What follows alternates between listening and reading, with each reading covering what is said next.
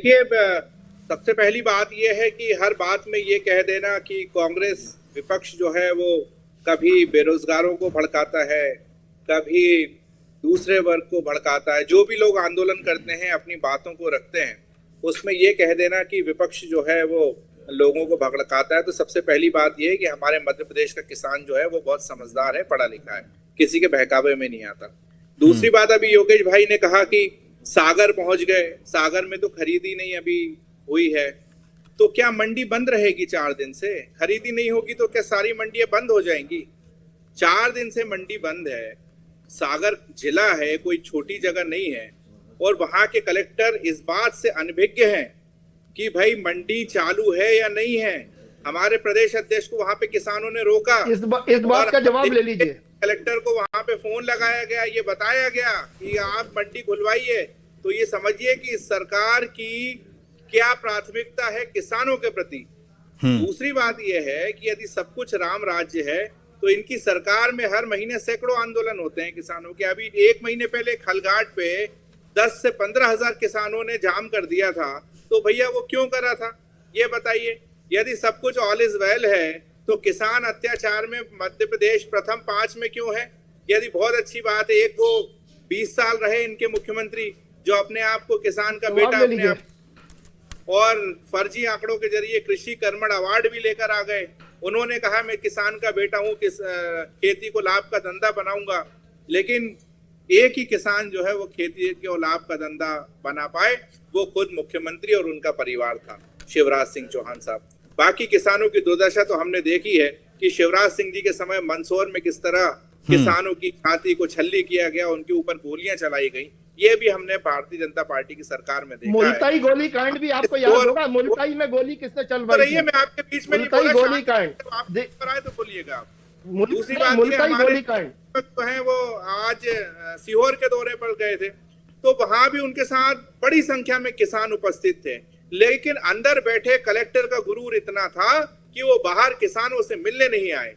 तो ये सागर के आंकड़े हैं, सीहोर के आंकड़े हैं। आप समझिए कि आपको कांग्रेस से कितना भी बैर लेना हो आप लीजिए, जीतू पटवारी जी से जितना बैर लेना हो लीजिए, उमंग सिंघार जी से जितना बैर लेना हो लीजिए, कांग्रेस से जितना बैर लेना हो लीजिए, लेकिन मध्य प्रदेश के किसान से कम उनकी जो मूलभूत आवश्यकता है वो तो पूरी करिए।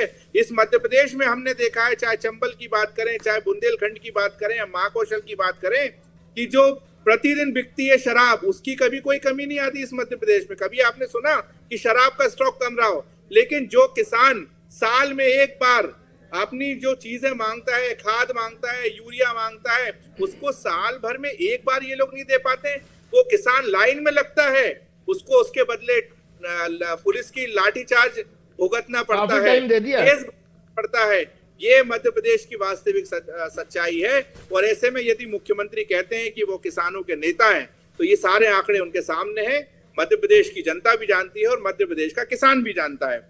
और एक और आंकड़ा मैं आपको बता दूं कि अभी 3-4 महीने पहले जब विधानसभा चल रही थी, तो मध्य प्रदेश की सरकार ने किस तरीके से किसानों को लूटा है मैं आपको बताना चाहूंगा कि इंश्योरेंस के जरिए इन्होंने 5,000 करोड़ के आसपास की राशि इन्होंने वसूली। और कितना लिया इंश्योरेंस का पैसा? 700 करोड़ से थोड़ा सा ज्यादा पैसा दिया। आप समझिए किस तरीके से इंश्योरेंस कंपनियों की मिली भगत करके ये सरकार जो है वो किसानों को, लेकिन वो कह रहे बात पहले दिन की नहीं हो रही है। हाँ। मैंने अपनी तो अभी बात में कहा है, ये मध्य प्रदेश का इतिहास रहा है जब से 2003 से मध्य प्रदेश में भारतीय जनता पार्टी की सरकार बनी है। और यदि किसानों के समर्थन में कोई व्यक्ति खड़ा हो रहा है, मैं तो योगेश भाई को भी कहूंगा उनको किसानों के साथ खड़ा होना चाहिए। ये कोई किसी पार्टी की लड़ाई नहीं है। और यदि इनकी सरकार का ये ट्रैक रिकॉर्ड रहा है कि ये लोग कभी भी किसानों के साथ नहीं खड़े रहे हैं, तो हमको आज और कल क्या करना, सड़क पे उतरना पड़ेगा हमारे किसान के लिए। क्योंकि दिल्ली में बैठकर जो है नरेंद्र मोदी जी ने किसानों को बर्बाद कर दिया है यूएस ट्रेड डील के जरिए, और यहाँ पे मध्य प्रदेश में जो है वो भारतीय जनता पार्टी की सरकार पूरी तरीके से किसानों के खिलाफ काम कर रही है। तो मैं ये बिल्कुल नहीं मानता कि आज या कल, आप समझिए कि मंडी बंद है सागर जैसे हमारे प्रमुख जिले में 4 दिन से, कलेक्टर को नहीं पता। और स्तब्ध हूँ इस चैनल में आपकी डिबेट में, कभी हमारे किसान नेता को दलाल कहा जा रहा है और कभी ये कहा जा रहा है कि आपने तो आत्महत्या नहीं करी। अरे किसानों के नाम पर दलाली करने वाले ये बोला हमने। अरे भाई दलाली में किसानों के दलाली करने वाली पैसा ले रहा हूँ। राजनीतिक विद्वेष राजनीतिक पार्टी को बोला है, आपको नहीं बोला अनिल जी। राजनीतिक पार्टी को बोला है, आपको नहीं बोला। किसानों के नाम पर दलाली कौन कर रहा है इस तरह? बोलने लगते हैं वो। ये किस तरह की डिबेट है ये? आप यदि आपके पास कोई प्रमाण, एक एक करके योगेश गुप्ता जी आऊंगा आपके पास। तो कांग्रेस के दलाल है, आपके पास प्रमाण हो तो आप प्रस्तुत करिए। मर्यादित है, आपके पास कोई प्रमाण है, और यदि प्रमाण नहीं है तो आपको उनसे माफी मांगना चाहिए। आपको किसी भी ऐसे शब्द व्यक्त के लिए ऐसे शब्दों का प्रयोग बिल्कुल नहीं करना चाहिए। दूसरी बात यह है, आपने कहा ठीक है।